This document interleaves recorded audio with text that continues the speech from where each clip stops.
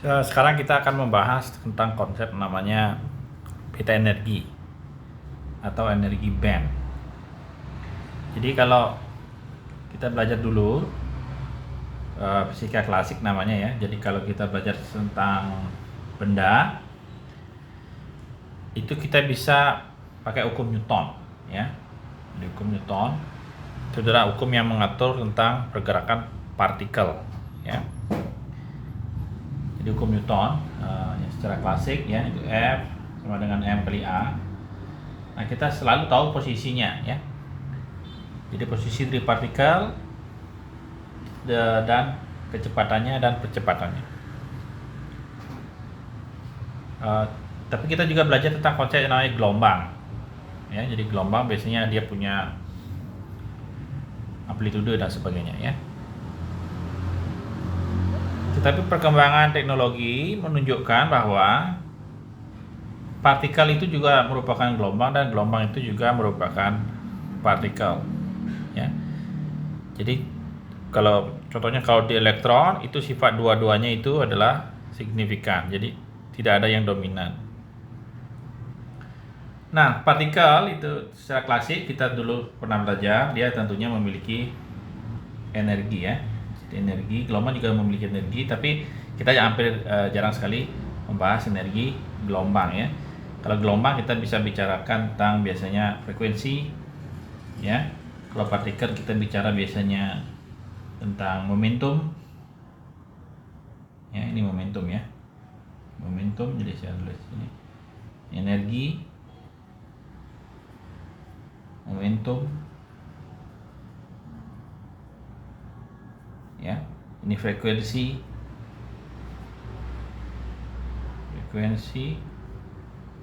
panjang gelombang,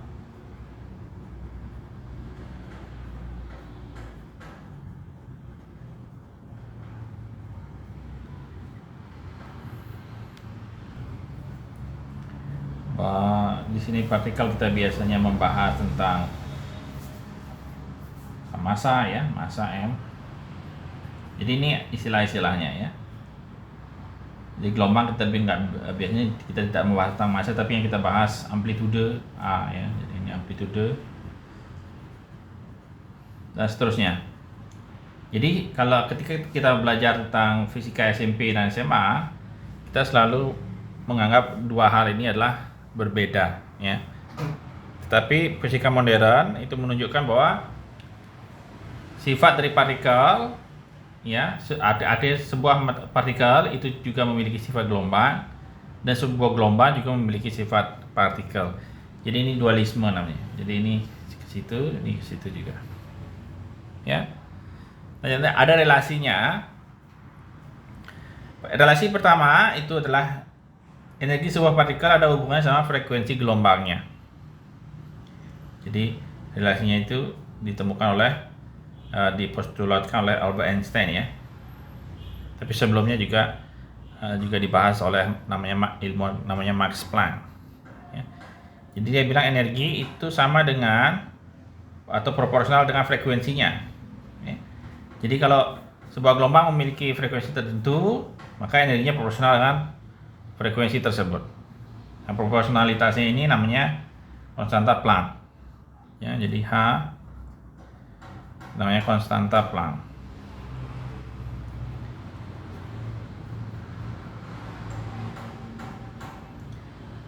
Sedangkan ini Albert Einstein ya. Albert Einstein. Nah, relasi yang kedua itu disarankan oleh namanya de Broglie. Itu bahwa momentum sebuah partikel itu juga sama dengan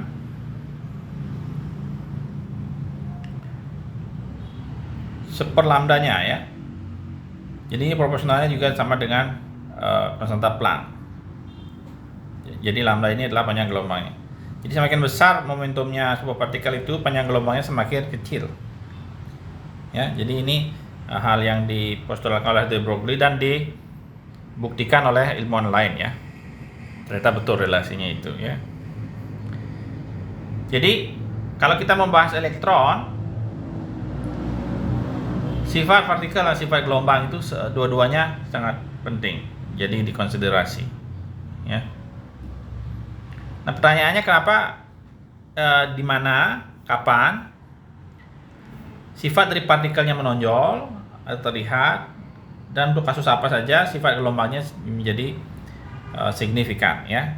Jadi kita akan lihat dari hubungan antara energi dan momentum ini. Nah, ini adalah contoh soal yang di buku, ya, yang di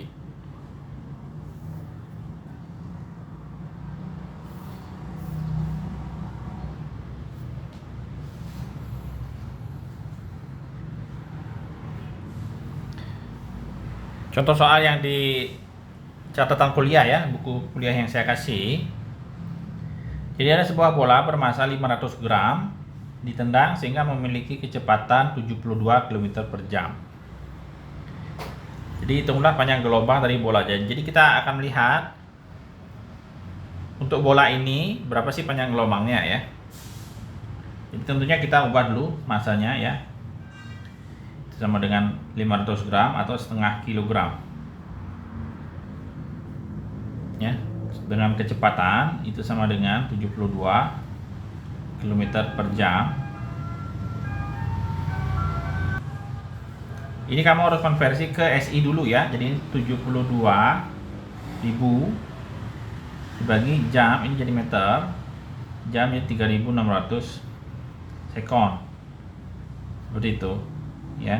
Sehingga nanti kamu dapat nilainya adalah 20 meter per sekon, ya, 20 meter per detik.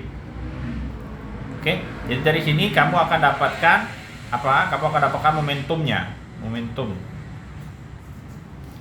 Di P itu sama dengan M kali V, tinggal dikalikan 0,5 kg dikalikan dengan 20 meter per sekon. Jadi kita dapat 10 kg meter per sekon, ya.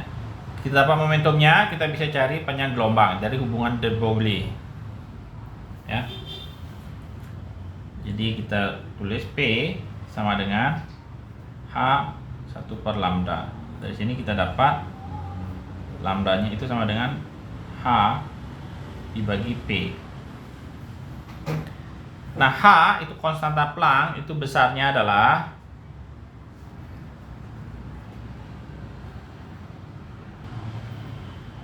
6,626, ya, kali 10 pangkat min 34. Satuan dari konstanta Planck ini adalah joule kali sekon kali detik, ya. Sehingga dari sini kita dapat lambda itu sama dengan 6,626 kali 10 pangkat min 34, ya. Jadi ini dibagi P. P-nya tadi kita dapat 10. Jadi di sini kamu lihat bahwa lambdanya itu sama dengan 6,626 kali 10 pangkat min 35 meter. Jadi ini pendek sekali, ya. Dan kalau kamu ingat dari pelajaran sebelumnya ketika kita membahas struktur kristal dan jarak atom dan seterusnya, ya, itu jarak atomnya itu mungkin sekitar 10 pangkat min 10, ya, jadi Armstrong atau satunya Armstrong, ya, 10 pangkat min 10 meter. Sedangkan ini 10 pangkat min 35. Jadi jauh lebih kecil daripada satuan dari panjang atom, ya. Sehingga kalau kita membahas tentang bola, ya, itu namanya partikel klasik. Jadi sifat gelombangnya ini hampir tidak terlihat, ya, sehingga kita akan membahasnya dalam bentuk partikel seperti biasa. Oke. Nah, sedangkan kalau nanti kita membahas tentang elektron, umpamanya, nanti kita akan lihat bahwa sifat gelombangnya akan bermuncul, ya, akan menjadi signifikan. Sehingga kita tidak bisa abaikan lagi. Nah, untuk contoh itu kita coba melakukan perhitungan sederhana untuk ini, ya. Jadi sebuah elektron diberi tegangan 100 volt umpamanya. Ya, jadi ini tinggi tapi tidak sangat tinggi, ya. Jadi hitunglah panjang gelombangnya. Jadi umpamanya ini elektron di dalam vakum, kita beri tegangan 100 volt. ya. Jadi tentunya caranya adalah kita harus seperti tadi, kalau menjadi banyak gelombang, kita harus menghitung momentum, ya. Sedangkan di sini kita tidak tahu kecepatan elektron. Jadi ini skenario-nya adalah ini kita punya plat, ya. Jadi plat ini pokoknya kita kasih muatan negatif di sini, di sini ya, tegangannya ya. Sehingga kalau ada elektron di sini, elektronnya akan dipercepat ke situ. Dan di sini kita kasih tegangan seperti itu. Jadi sampai di sini nanti elektronnya akan memiliki kecepatan. Ya. Jadi ketika dia berada di sini, elektron tersebut memiliki namanya energi potensial. Jadi energi potensial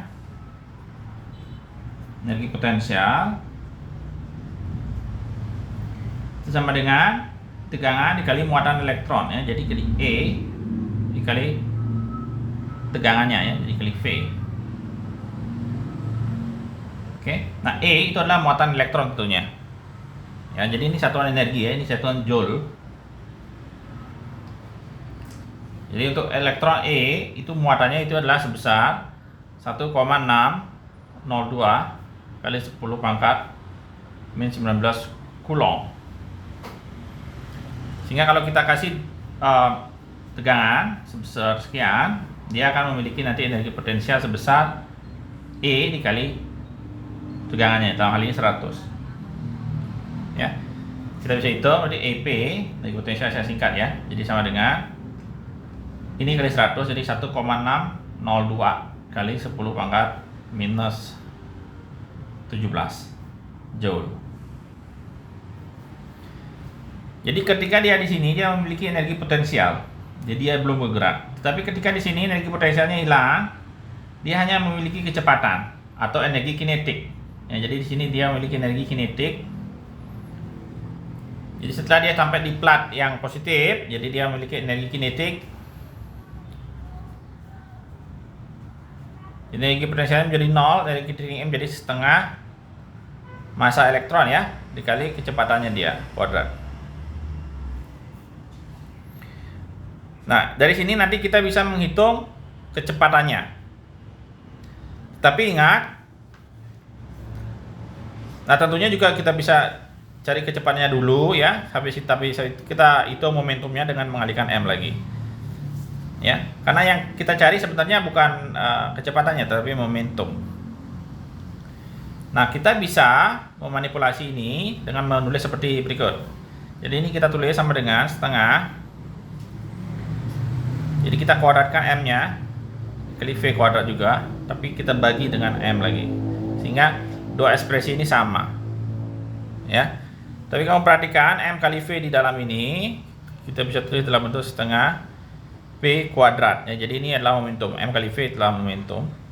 Ini bagi M. Sehingga kita dapat energi kinetiknya sama dengan dalam bentuk setengah P kuadrat per M. Ya. Nah, ketika sampai di sini, semua energi potensial ini akan berubah menjadi energi kinetik. Sehingga kita bisa tulis EP sama dengan EK, ya, sama dengan P kuadrat per 2M. Seperti itu. Ya, sehingga saya tulis ke sini, ya. Dari sini nanti kita dapat P kuadrat sama dengan 2M dikali energi potensial. Ya, sehingga dari sini kita dapat P-nya sama dengan akar 2M dikali energi potensialnya kita. Sehingga kita dapat P sama dengan akar 2M dikali energi potensial kita, ya. Jadi seperti itu. Nah, tadi kita sudah dapat energi potensialnya sebesar berapa tadi? 1,602, ya. 10 pangkat min 17. Yang ini, ya. Jadi ini energi potensialnya.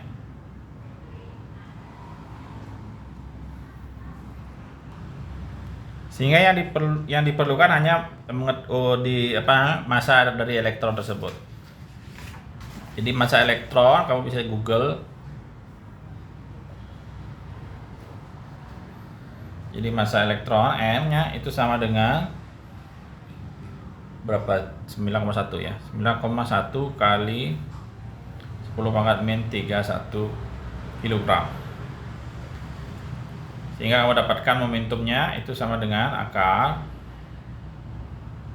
2 dikali itu ya.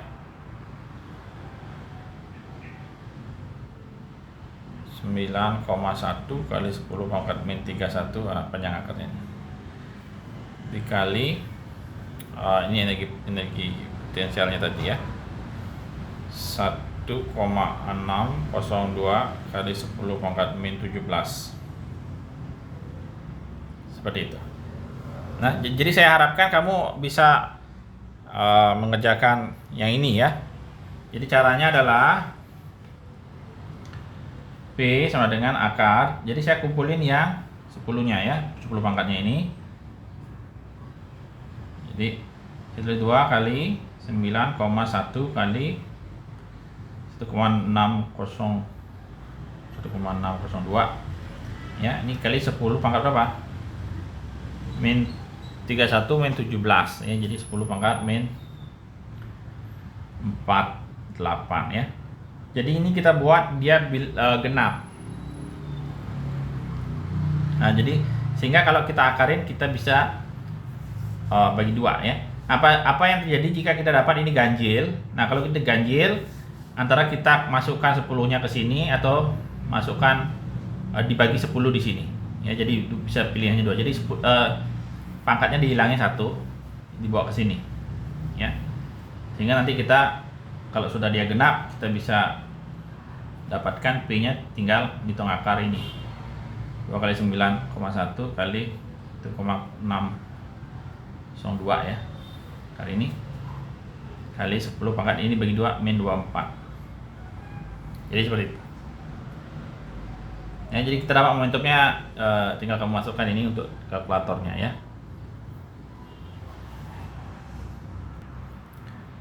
Jadi saya dapat ini adalah sebesar 5,3 ya, 5,399 atau 5,4 ya, kali 10 pangkat min 24. Jadi seperti itu momentumnya. Jadi sebenarnya satuannya adalah kilogram meter per sekon. Nah, tapi yang ditanya adalah panjang gelombangnya ya. Jadi panjang gelombang lambda. Jadi kita pakai relasi yang tadi P sama lambda sama dengan H per P. Jadi H itu tadi berapa H? Sebetulnya 1,6 ya, 6,6 ya, 6,626 10 pangkat min 34 dibagi semua ini ya, 5,399 kali 10 pangkat min 24, sehingga kita dapat lambdanya itu sama dengan pastikan itu nilainya segitu ya. Ini bagi ini jadinya 1,2 ya, kali 10 pangkat min 10 meter. Jadi ini sama dengan 1,2, namanya Armstrong ini ya. Seperti itu. Nah, jadi perhatikan ini juga kecil, cuma jauh lebih besar daripada yang perhitungan sebelumnya untuk bola itu. Jadi kalau elektron kita dikasih tegangan cuma 100 volt, panjang gelombangnya sekian. Dan kalau kita ingat, kita bahas sebelumnya ya, struktur atom, kemudian juga contoh soal yang di catatan kuliahnya, itu kita dapat nilainya range-nya sekitar Armstrong. Ya, jadi ketika kita membahas elektron di dalam sebuah atom, jadi kita harus pakai sifat gelombangnya juga. Jadi dua-duanya penting, sifat gelombang dan sifat partikel. Ya. Jadi sifat gelombang apa? Jadi sifat gelombang tentunya kita pelajari di SMP ya. Jadi gelombang ini sifatnya adalah apa? Bisa interferensi namanya ya. Jadi bisa interferensi. Jadi bisa interferensi konstruktif dan destruktif ya. Seperti itu. Jadi ini adalah sifat dari gelombang yang tidak dimiliki partikel. Sehingga kalau kita membahas elektron, nanti kita harus aplikasikan ini juga. Nah, ini adalah catatan kuliah yang saya kasih ya. Nah, di catatan kuliah kalau di satu dimensi ya, kalau di satu dimensi gelombang biasanya kita bisa buat seperti ini atau seperti ini. Ya, jadi ini satu dimensi. Tetapi kalau kita bahas 3 dimensi, nanti gelombangnya bentuknya seperti bola, seperti ini ya. Jadi nanti bolanya ini, nilai parabola ini mewakili nilai dari panjang amplitudenya. Jadi bisa positif, bisa negatif, ya. Bisa juga bentuknya seperti ini, di mana di sini umpamanya nilainya nanti positifnya, amplitudenya, di sini amplitudenya ya negatif, ya. Dan ini menunjukkan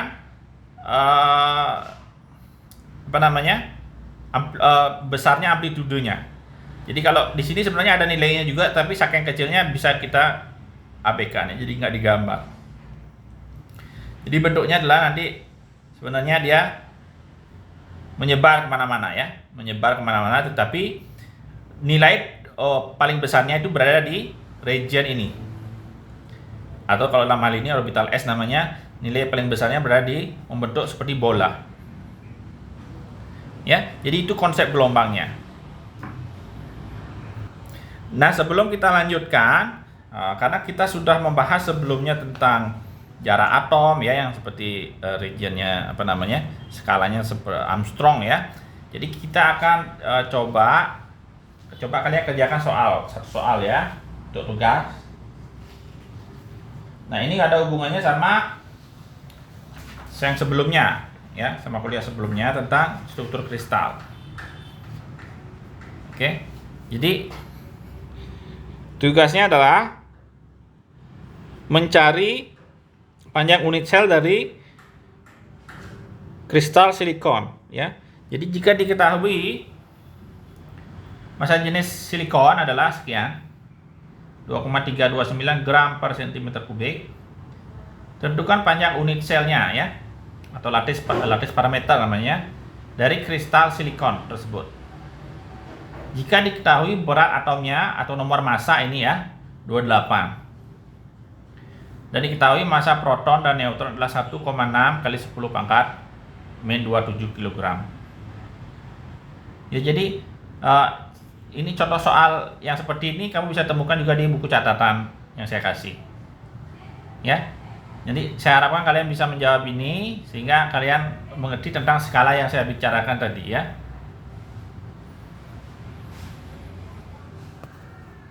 Nah, sekarang kita akan bahas sifatnya dulu ya, atau interferensi ya, interferensi.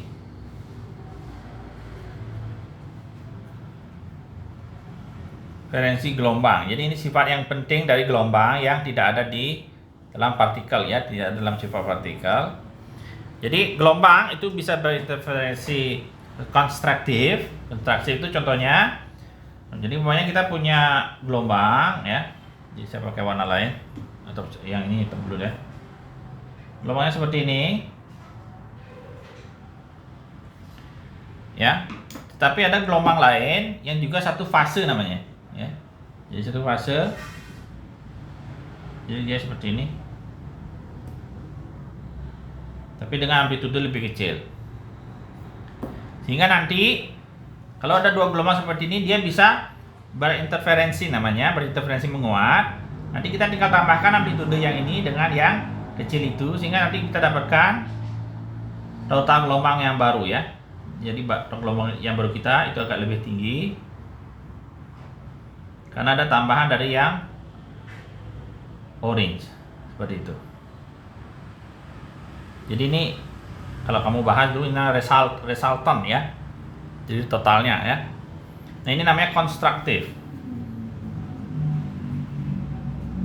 Constructive interference namanya ya.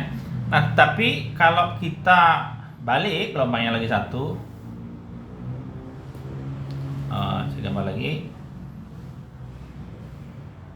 seperti itu, sedangkan gelombangnya adalah fasenya terbalik ya, seperti itu.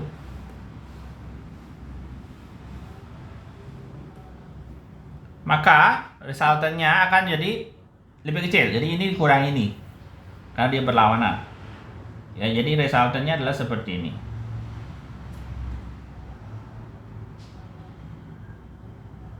jadi karena kita dapat pengurangan. Jadi ini namanya destruktif. Ya.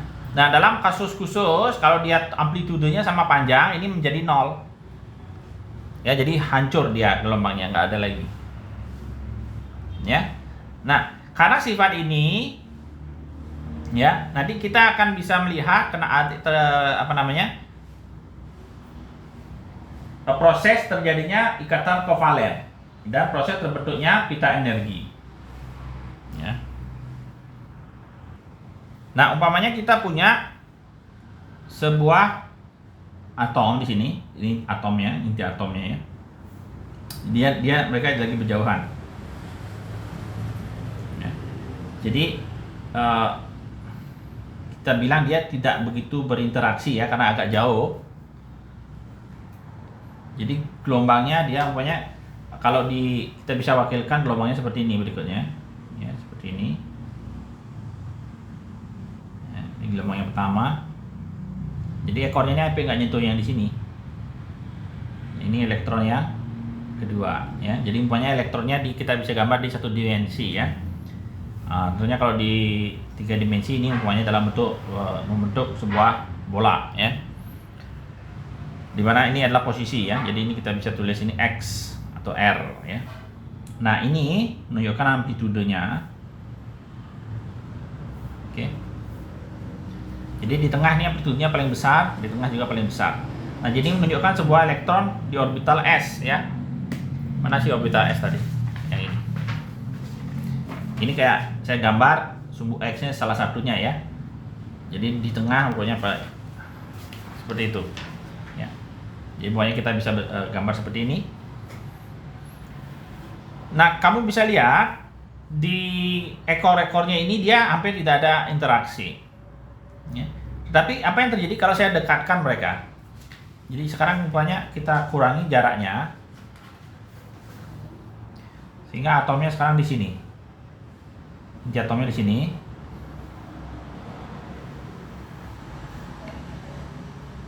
Tadi awalnya jauh ya, sekarang jadi dekat.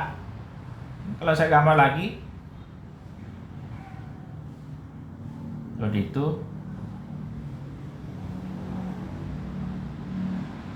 seperti itu ya. Nah, di sini sekarang ada area di mana mereka berinteraksi, yaitu di sini, sekitar di sini ya, di area situ, di antara dua atomnya ini. Nanti yang terjadi adalah siapa hitam dia ini ya. Jadi yang warna orange saya pakai resultantnya ya. Jadi nanti total fungsi gelombangnya akan menjadi seperti ini.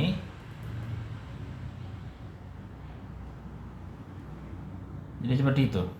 Ini di sini hampir nggak ada ya. Itu salah satu kemungkinan. Jadi ini namanya konstruktif ya, jadi saling menambah. Tapi saya juga bisa gambar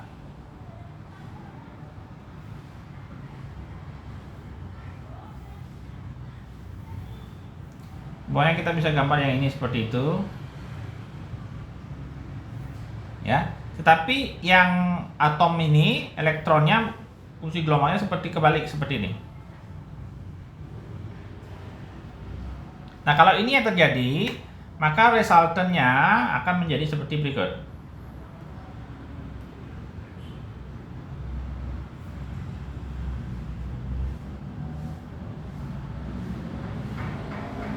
Seperti itu. Nah, kalau kita perhatikan, untuk kasus yang di sini, elektronnya pingin ke dalam. Ya. Jadi, kita bisa lihat dari fungsi gelombangnya ini, kedua elektronnya pingin berada di tengah-tengah sini. Sedangkan di sini elektronnya cenderung pingin berada di sini. Jadi kita bisa tarik tanda panah. Elektronnya pingin ke situ, sedangkan di sini elektronnya pingin ke situ. Ya. Jadi yang ini namanya dia membentuk ikatan kovalen atau ini bonding namanya. Ini bonding. Ini namanya anti bonding.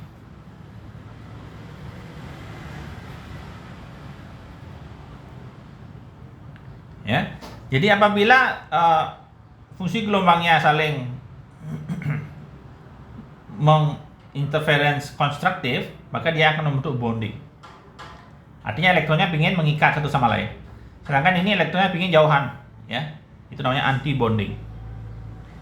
Nah, kalau kita hitung energinya, energi anti bonding ini lebih besar daripada energi bonding. Jadi energi bonding ini lebih kecil, ya. Jadi kalau saya udah gambar di catatan kuliah, kamu bisa lihat yang seperti ini, ya. Jadi kalau dia membentuk anti bonding, yang ini ya, anti bonding, energinya lebih besar daripada yang bonding. Jadi energi sistemnya kita. Jadi energi sistem yang ini lebih kecil. Sehingga kalau kita punya elektron di sini, dia ingin mengisi yang level bonding namanya. Karena dia lebih rendah energinya. Dia ingin berikatan. Itu namanya ikatan kovalen. Ya, tapi ada energi level yang di atasnya yang namanya anti bonding yang juga dia bisa terjadi. Jadi elektronnya bisa berubah ke sini, tapi energinya lebih tinggi. Jadi kalau kita kasih energi, dia bisa seperti ini. Oke. Jadi kita punya dua elektron, ya. Elektronnya kalau jauhan, energinya sama. Jadi kalau saya gambar, di biar kelihatan ya, di catatan kuliah ya. Jadi dua elektron, jadi energinya itu sama kalau dia berjauhan. Di sini kasusnya ya, yang ini. Tapi kalau saya dekatkan, yang terjadi adalah energinya terpisah menjadi dua. Yang di bawah, yang ini energinya lebih kecil, membentuk yang namanya energi bonding. Energi untuk ikatan bonding atau untuk level bonding.